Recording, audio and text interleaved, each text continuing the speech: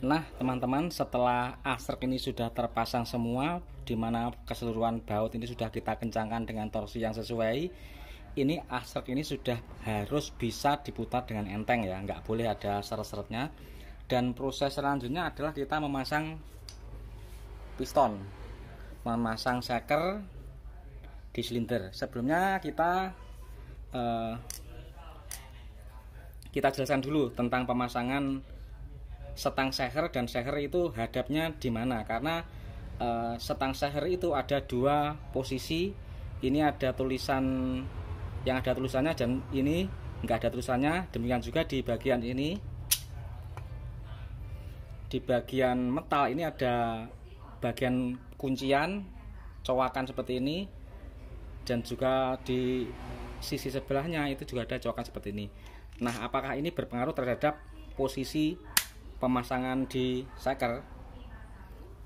Kalau shaker itu kan sudah dipastikan posisi panah ini kan menghadap ke depan. Nah, apakah tulisan ini juga harus menghadap ke depan? Kita mengembalikan saja pada posisi awalnya teman-teman ya, karena pada posisi awalnya tadi ini patokannya kancingan di metal sini ini sejajar dengan cowakan shaker yang kecil, berarti ini klep buang atau exhaust. Jadi kita turunkan ke posisi ini. Jadi hadapnya nanti tulisan di setang ini malah menghadap ke belakang ya.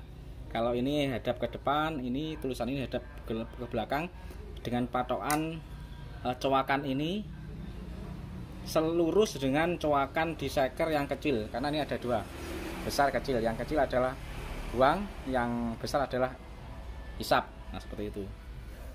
Nah maaf saya sebenarnya juga belum membaca manual servisnya itu yang benar itu seperti apa, tapi saya selalu mengamati kalau membongkar mesin punya Cherry Katana yang masih standar-standar itu, posisinya itu seperti ini.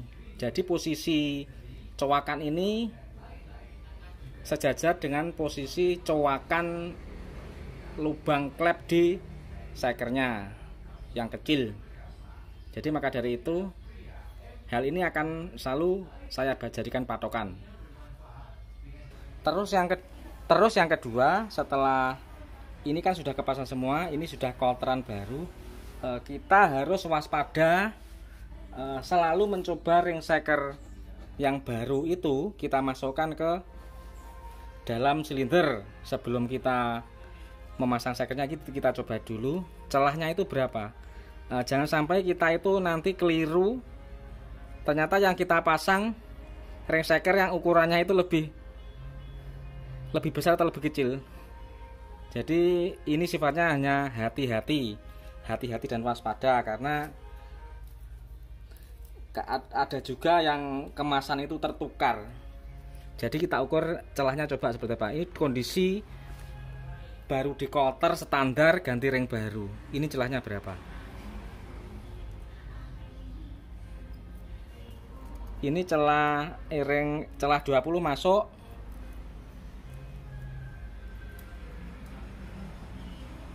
Ini celahnya 30 teman-teman. Jadi celahnya 30. Celah ring shaker uli 30 di kondisi liner yang baru. Terus kita juga wajib mencoba shaker baru tadi apabila kita masukkan ya. Kita masukkan. Ini seret apa enggak? Ini presisi, kalau menurut saya ini presisi. Enggak seret tapi presisi. Enggak ada kekocaan. Istilahnya celah ulinya antara shaker dan silinder liner itu minim, sedikit sekali. Jadi cenderung agak bukan kocak, tapi ya juga tidak enteng amat. Ini agak kumalnya dikit. Nah, sedangkan kalau kita itu memasang ring shaker yang baru di sini, ini kan celahnya tadi kan ketemu 0,30 ya. Jadi maka dari itu tukang bubut itu sudah memperhitungkan bahwa mengukurnya itu berpedoman pada ring shaker dan shakernya ini. Kalau shakernya ini dibuat ringan, misalnya ringan, enteng ya, nanti yang jadi korban adalah ring shaker ini celahnya menjadi lebih lebar. Kalau lebih lebar nanti otomatis ini akan menjadi lebih tidak awet ring shakernya, karena celahnya itu kalau lebar itu akan bisa mengakibatkan kompresinya berkurang. Selain itu oli dari kalter ini bisa merembes ke atas, jadi olinya menjadi agak boros. Efeknya seperti ring shaker yang habis karena celahnya menjadi lebar. Jadi maka dari itu, karena ini shakernya ini presisi dengan linernya, nanti setelah mesin ini hidup ini harus kita running agak lama, alias kita reyen. Tidak boleh setelah mesin hidup ini langsung dipakai, jadi nggak boleh, harus direyen dulu sampai shakernya ini benar-benar istilahnya lama atau menyesuaikan dengan shakernya ini.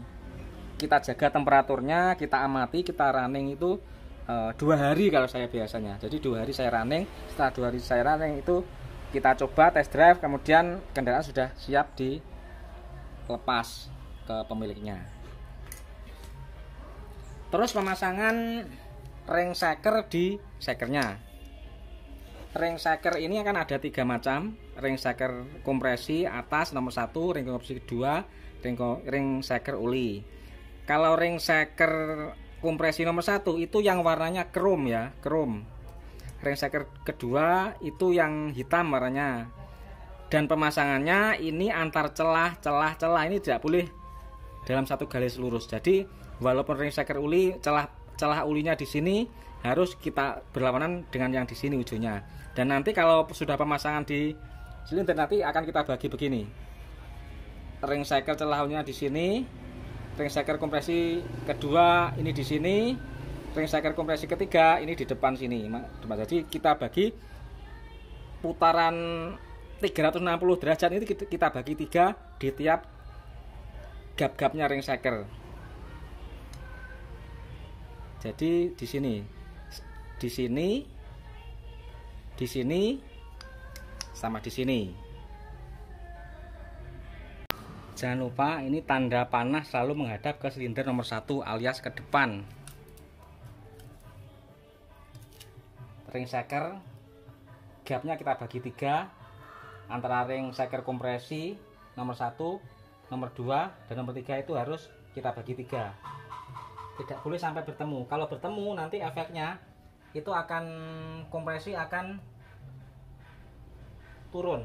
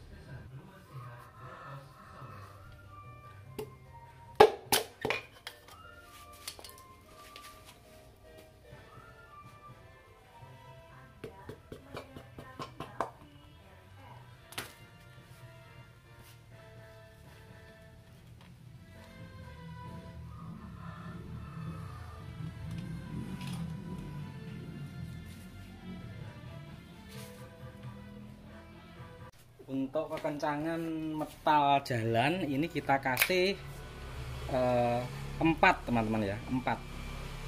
Jadi kita kasih torsinya 4 kg. Jangan terlalu kencang karena ini hanya bautnya kecil, murnya kecil, hanya 12. Jadi 4 sudah cukup. Nanti kalau sudah cetek kita tambah sedikit. Nah, itu. Jadi kalau sudah cetek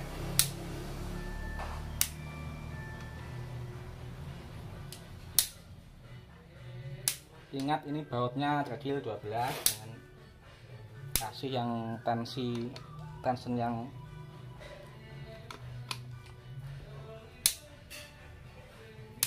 Empat kilo sudah cukup.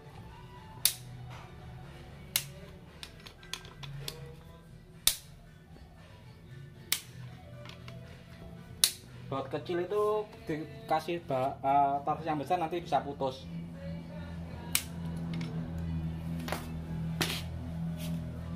Kalau sudah terpasang semua, ini harus kita coba, kita goyang kiri kanan. Ini harus bisa, kalau nggak bisa berarti seret. Jadi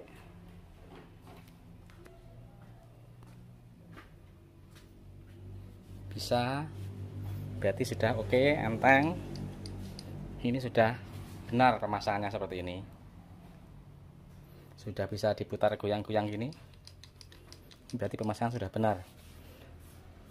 Torsinya kita kasih metal jalannya 4 kilo.